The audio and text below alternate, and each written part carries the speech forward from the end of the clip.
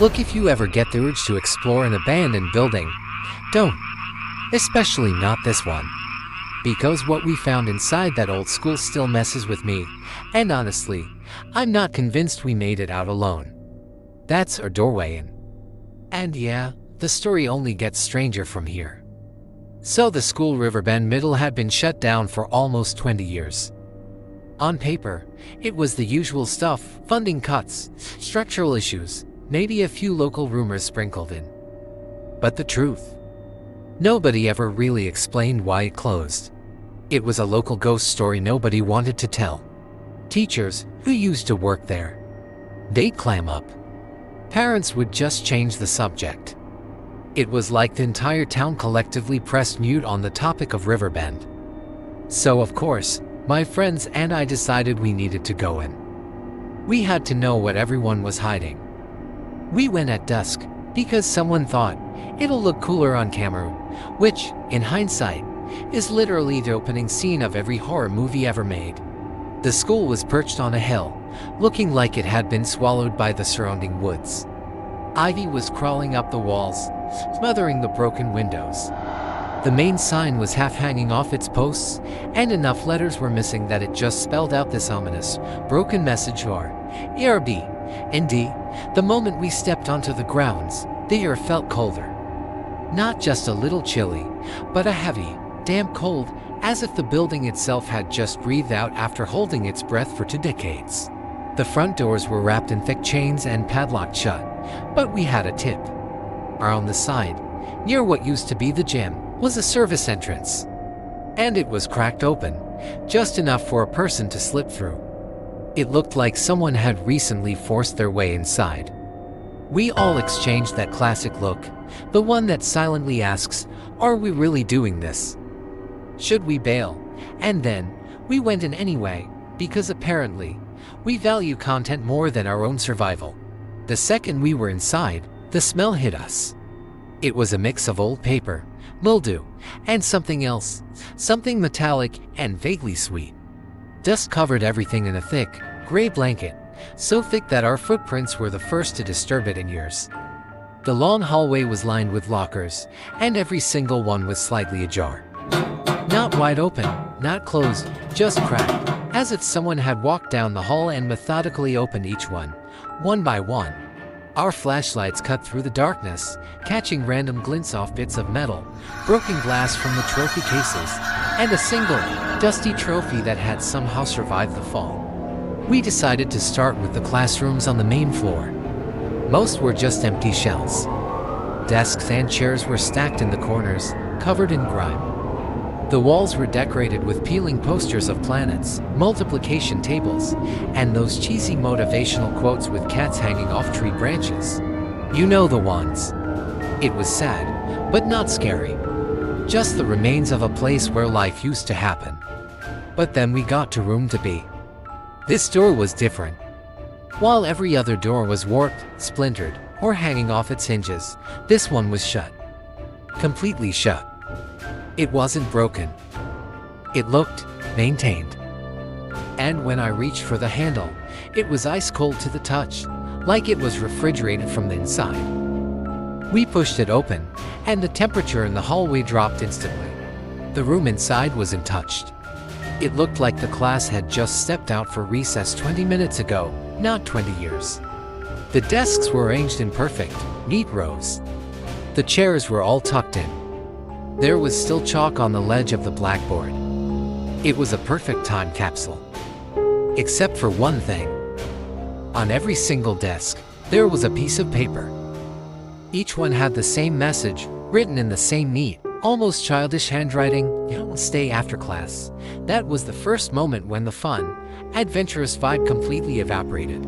We all looked at each other, and nobody was smiling anymore. This was no longer just a cool location for a video. This was something else. But yeah, we kept going. Because we're smart like that. At the far end of the hallway was the nurse's office. The door was open, and inside it was a mess. Medical supplies were scattered, and an old cot was overturned. It looked like it had been ransacked. We were about to move on, thinking there was nothing to see here, until we noticed the filing cabinet. Most of the drawers were empty, but one was still full. The label on it read, "Incidents." Curiosity got the better of us. We pulled it open. It was packed with old, yellowed reports. Student after student reporting the same things. Fainting spells in the hallways. Seeing shadows in the corners of their eyes. Hearing someone whisper their name when no one was there. One report, written by a teacher, literally said, "Student claims the school doesn't want them to leave." The handwriting was shaky, like the person writing it was terrified and just wanted to finish as fast as possible. And then we found the last file. It was a single sheet, dated the same week the school was officially shut down. There was no detailed description like the others. Just a student's name, and a small Polaroid photo stapled to the page. The photo showed a classroom, probably at night. The lights were off, and you could barely make out the silhouettes of the desks.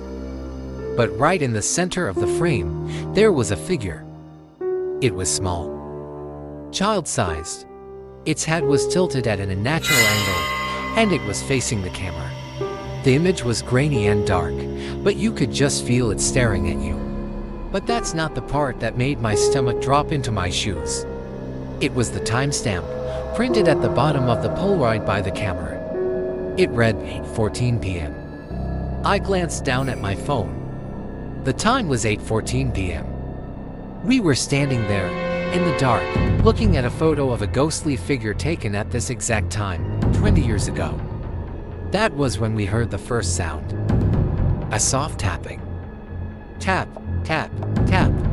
Like someone lightly knocking their knuckles on a wooden desk. It wasn't from the hallway behind us.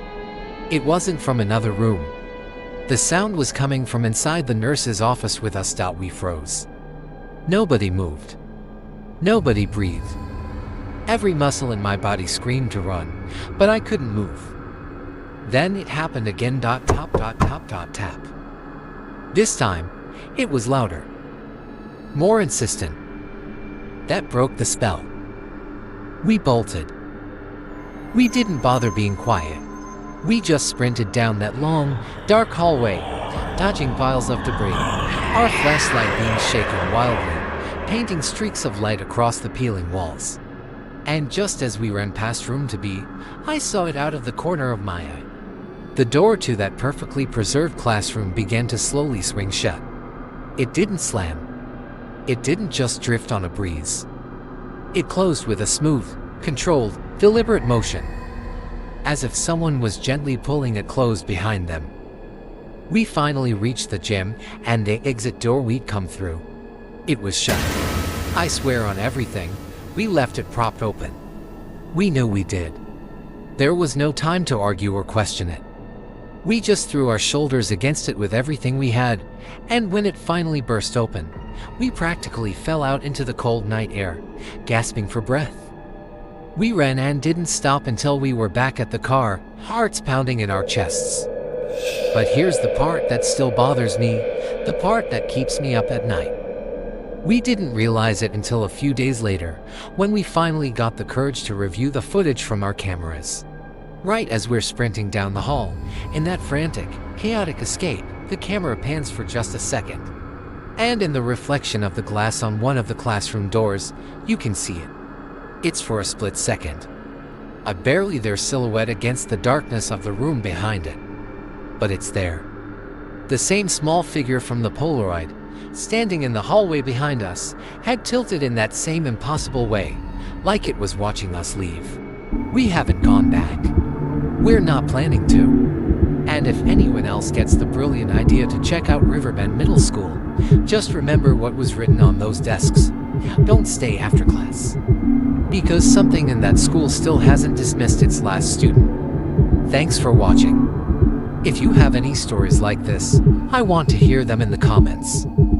And if you want to see more explorations into the known, make sure you hit that subscribe button. Stay safe out there.